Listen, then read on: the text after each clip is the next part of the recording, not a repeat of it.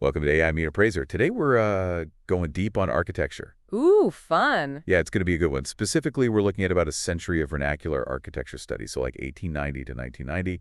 And huge thanks to Chandra Mass for suggesting this topic. Yeah, he's great. Definitely. She's a general appraiser in Lancaster County, Pennsylvania. You can find her on LinkedIn if you want to connect.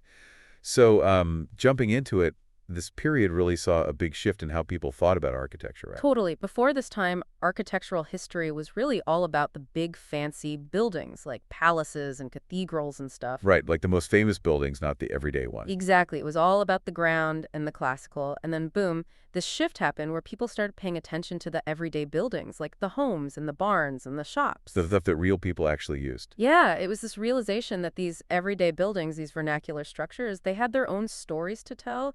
They reflected the lives of ordinary people in a way that those fancy palaces just didn't. That's what makes this whole area so fascinating to me. It's like we're uncovering hidden histories. Like we're looking at the built environment in a whole new way. Exactly. It's like these buildings have always been here right in front of us, but we just weren't really seeing them before, or we weren't understanding what they could tell us. It's like finding a secret message in something you've looked at a million times. Totally. And it was during this period from like 1890 to 1990 that people started to really crack the code to figure out how to read these buildings and understand their stories. So who were some of the big names, the people who really got the ball rolling on this whole thing? Well, there were a couple of key figures who really helped to put vernacular architecture on the map. Guys like Henry Mercer and Norman Isham. They were both passionate about documenting and analyzing historical buildings, but they had very different approaches. Okay, so let's start with Isham. What was his deal? Isham was all about those early American houses, specifically in Rhode Island. He would literally spend hours measuring and drawing and analyzing every single structural detail. Wow, that sounds intense, like super detailed work. It was, but it was through that meticulous work that he was able to start to see patterns and connections. He was able to trace how these houses evolved over time and how they reflected the cultural values of the people who built them. So he was kind of like an architectural detective piecing together clues to understand the history of these buildings? Exactly. And then you have Mercer. Now, he's a really interesting case. Why is that? Well, he actually started his career studying those high-style buildings, the grand palaces and mansions that everyone else was focused on. Oh, wow, so he did a complete 180. He did. He had this epiphany where he realized that there was something really special about those simple, humble log cabins that were scattered across the American landscape. What was it about log cabins that captured his attention? He saw them as representing a pure, distinctly American architectural tradition. He felt like they were untouched by European influences. They were something truly unique and special. So he went from studying the most elaborate buildings to studying some of the simplest. He did, and he was just as meticulous in his approach. He would document every aspect of their construction. He even went so far as to build some log cabins himself, just to really understand the process. That's dedication. It was, and it was through that dedication that he was able to elevate the study of vernacular architecture. He showed that these everyday buildings were just as worthy of study and analysis as those grand palaces and cathedrals. It's like he was saying, hey, these buildings matter too. They have stories to tell. Exactly, and his work, along with Isham's and the work of many others, really helped to legitimize the field of vernacular architecture. They showed that it wasn't just about aesthetics or style. It was about understanding the lives and values of the people who built these structures. It was about uncovering the hidden histories that were embedded in the built environment. So they laid the groundwork for a whole new way of looking at architecture. And what happened next? How did the field evolve from there? Well, that's where things start to get even more interesting. It really gets interesting as the field starts to branch out. Scholars began developing different approaches to studying these everyday buildings. And that's where we see these three main models emerge. You have the historic geographic model, the folkloristic model, and then the structuralist model. Okay, so three different ways of looking at the same thing, each model like a different lens you can use. Yeah, exactly. Think of it like having different tools in your architectural detective kit. I like that. So let's start with the historic geographic model. What's that all about? So imagine you're like an architectural historian. You're trying to trace the lineage of a building. Like, where did it come from? How did it get here? So kind of like a family tree, but for buildings. Exactly. You're mapping the spread of building types across regions, uncovering their origins and seeing how they evolved over time. You're looking for those connections and influences. So you might find that a certain type of house in New England actually has roots in England. Exactly. Or you might see how a particular barn design spread from Pennsylvania to Ohio as people migrated westward. It's like piecing together a giant puzzle, seeing how these building traditions moved and changed across the landscape. Exactly. But of course, like any model, it has its limitations. What are some of those? Well, one of the big criticisms is that it can be a little too focused on that direct lineage, like building A came from building B. Because cultural exchange is messy. It's not always that straightforward. Exactly. Sometimes similar building forms pop up in different places independently, not because they're directly related, but because people were facing similar challenges or had similar ideas. So it's not always a simple case of one building influencing another. There are all these other factors at play. Exactly, and that's where the folkloristic model comes in. This approach is all about digging deeper into the cultural context. So it's less about the where and more about the why. Precisely. It's about understanding the symbolic meanings embedded in design choices, the traditions that shaped those choices, and how those traditions evolved over time. So you might look at a certain type of door or window and see how it reflects the beliefs or values of the people who built it. Exactly. Or you might look at the orientation of a house and how it relates to the sun or the prevailing winds. These things can tell us a lot about how people live and how they interacted with their environment. It's like every building has a story to tell, a deeper cultural significance beyond its physical form. Exactly. And the folkloristic model helps us to uncover those stories. Okay, so we've got the historic geographic model, which is all about tracing lineage, and we've got the folkloristic model, which is all about cultural context. What about that third model, the structuralist one? Ah, yes. The structuralist model, this one is a bit more abstract. How so? Well, imagine trying to decode the underlying grammar of a building, breaking down its complex structure into basic elements and relationships. So it's like looking for the rules that govern how buildings are designed. Exactly. And the idea is that there might be these universal principles that shape design choices, even if those choices were made unconsciously by the builder. So you might find that certain building forms, like a pitched roof or a central fireplace, appear in different cultures all over the world. Exactly. And the structuralist approach tries to get at why that is. What are those underlying principles that lead to these similar forms, even in vastly different contexts? That's really interesting. So we've got these three models, each with its own strengths and limitations. How do they all fit together in the study of vernacular architecture? Well, that's the thing. They weren't always seen as separate or competing models. Sometimes they worked together, sometimes they challenged each other. But it was through that interplay, that debate and discussion, that the field really started to evolve and mature. So it was less about picking a side and more about using all the tools at your disposal to get a more complete picture. Exactly. And as the field matured, it also started to broaden its scope. The study of urban vernacular architecture emerged during this period, recognizing that cities have their own unique vernacular traditions. So it's not just about those quaint rural buildings, it's about the everyday buildings of the city as well. Exactly. Think about row houses, tenement buildings, corner stores, all those structures that make up the fabric of our urban landscapes. And they all have their own stories to tell, their own histories and cultural meanings. Absolutely. And as this awareness grows, so did the interest in preserving these buildings. After all, if they tell such important stories about our communities and our culture, we can't afford to lose them. And that's where the study of vernacular architecture really intersects with the preservation movement, right? Absolutely. You need to understand the significance of a place before you can truly make the case for saving it. And scholars played a key role in documenting and analyzing these buildings, providing the historical context and the evidence needed to demonstrate their cultural value. It's like giving a voice to these often overlooked structures, making sure their stories are heard and their significance acknowledged. Exactly. And that collaboration between scholars and preservationists has been crucial in saving countless vernacular buildings from demolition.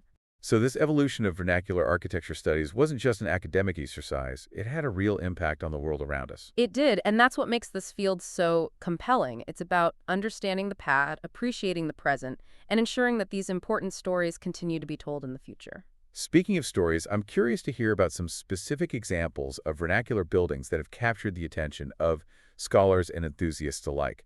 We've talked about models and approaches, but what are some of the actual buildings that have become iconic in the study of vernacular architecture? Ooh, there are so many fascinating examples. It's hard to choose just a few. But let's start with a classic from New England, the Saltbox House. You know, those charming houses with the long sloping roof in the back? Oh yeah, I've definitely seen those. They're so distinctive. What's the story behind that unique shape? Well, they actually evolved over time. Early versions were typically symmetrical with a central chimney, but as families grew and needed more space, they'd add a lean-to onto the back, creating that iconic asymmetrical saltbox profile. So it's a testament to the practicality and adaptability of those early builders. They weren't just following a set blueprint. They were responding to the needs of their families and the constraints of their environment. Exactly. And it's a reminder that vernacular architecture is often about finding creative solutions within those constraints. Another great example is the Pennsylvania barn, a type of barn common in the mid-Atlantic region. They're known for their distinctive banked construction where the ground slopes up to the second level. So they're built into the hillside. What's the advantage of that? It allowed farmers to easily drive wagons loaded with hay or grain directly into the second level. It's a brilliant example of how vernacular architecture often reflects the specific agricultural practices and landscape of a region. It's like the building itself becomes part of the landscape, working in harmony with the natural terrain. Exactly. And heading down south, you have the dog trot house common in the southern U.S. These houses typically have a central open passageway or dog trot running right through the middle, separating two living spaces. That sounds interesting. What was the purpose of that open passageway? It was all about ventilation and airflow. Remember, these are houses built in hot, humid climates. The dog trot created a natural breezeway, helping to keep the house cool and comfortable. So once again, we see how vernacular builders were incredibly attuned to their environment, finding clever design solutions to address specific climatic challenges. Exactly. And moving out west, you have the adobe house, a type of house common in the southwestern U.S. and parts of Mexico. These houses are made from sun-dried adobe bricks, a material readily available in the region. Adobe houses are beautiful, and I've heard they're also incredibly energy efficient. You're absolutely right. Adobe provides excellent insulation against both heat and cold. It's a perfect example of how vernacular builders often develop techniques and styles that were in sync with their local environments. It's remarkable how these different building types scattered across the country tell such distinct stories about the people who built them, the climates they lived in, and the challenges they faced. And that's just a small sample. There are countless other examples of vernacular architecture just waiting to be explored.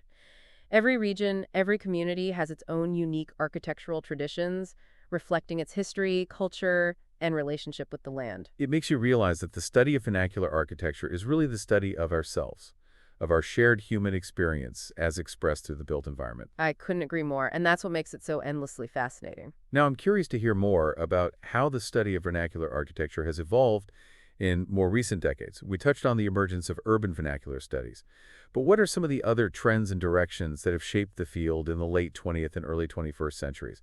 What new questions are scholars asking, and what new discoveries are they making? Well, one significant shift has been a growing focus on the social and cultural dimensions of vernacular architecture.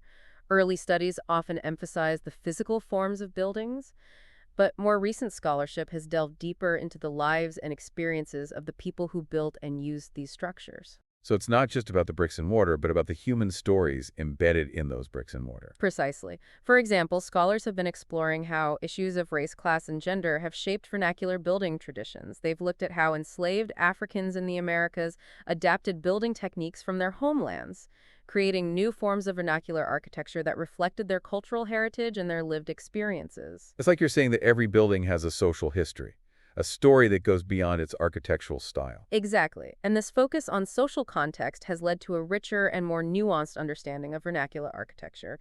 It's helped us to see these buildings not just as aesthetic objects, but as reflections of the complex social dynamics and power structures that shaped our communities. That's a really important point, and it makes me wonder, what other aspects of vernacular architecture are scholars exploring today?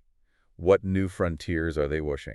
Well, one exciting trend is the growing use of digital tools and technologies. For example, 3D scanning and modeling allow us to create incredibly detailed digital replicas of buildings, capturing every nook and cranny, every subtle variation in texture and material. Yeah, it's like we can step inside these buildings virtually, explore them in ways that were never possible before. And that level of detail, I mean, it must be amazing for analysis. You can really get in there and see how things were put together. Exactly. We can compare different versions of a building, track changes in construction methods, identify those subtle regional variations. So digital technology is like this whole new toolkit for understanding vernacular architecture. Absolutely. And it goes beyond just documentation, too. We're using these tools to analyze and interpret these buildings in all sorts of new ways. Like how? Well, take GIS, for example, Geographic Information Systems. We can use that to map the distribution of building types, track their movement across landscapes, see how architecture relates to environmental factors. So we can see how building traditions have adapted to different climates, terrates natural resources. Exactly, and we can learn from that. We can see what worked in the past and apply those lessons to contemporary design, especially as we face challenges like climate change. It's like we're looking to the past for solutions to the problems of the future. In a way, yeah, there's so much wisdom embedded in those traditional building practices. It's pretty amazing to think about how we can connect the past and the present like that, using technology to bridge that gap. It really is. And it's not just about technology either. There's this growing movement to incorporate vernacular principles into modern design. So like architects are actually looking to those traditional building practices for inspiration. Oh, absolutely. There's this recognition that vernacular architecture, it's not just about quaint old buildings. It's about a way of building that's sustainable, climate responsive, rooted in the use of local materials. So it's like a return to those core values, but with a modern twist. Yeah, exactly. And we're seeing some really incredible work being done, like the rural studio down in Alabama.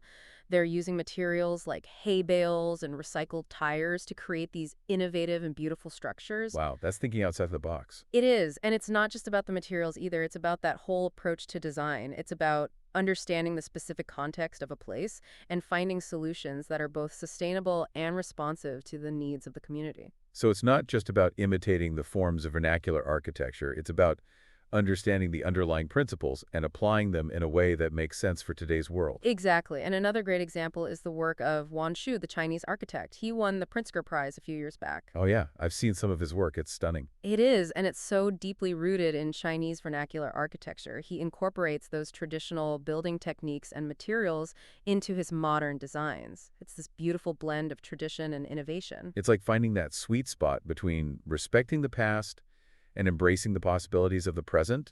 I love that. Yeah, it's that dialogue between the vernacular and the modern that's really pushing both fields forward. So vernacular architecture, it's not just a thing of the past, it's still relevant today. More relevant than ever, I'd say. Well, this has been an amazing conversation. So much to think about. Yeah, it's been a lot of fun. Thanks for having me. Of course. And to all our listeners, thanks for joining us on this deep dive into the world of vernacular architecture. It's been a real journey, from those early pioneers like Henry Mercer and Norman Isham to those three models, the historic geographic, the folkloristic, and the structuralist. We've seen how the field has evolved and expanded. We've talked about the importance of preservation, and we've even seen how those traditional principles are being incorporated into modern design. We've covered a lot of ground. We have. But the biggest takeaway for me is that vernacular architecture, it's not just about buildings, it's about people. It's about the stories they tell, the values they embody, and the ingenuity they express through the built environment. Couldn't have said it better myself. So as you go about your day, take a look around. Pay attention to those everyday buildings, those houses, barn shops. What stories do they tell? What can you learn from them?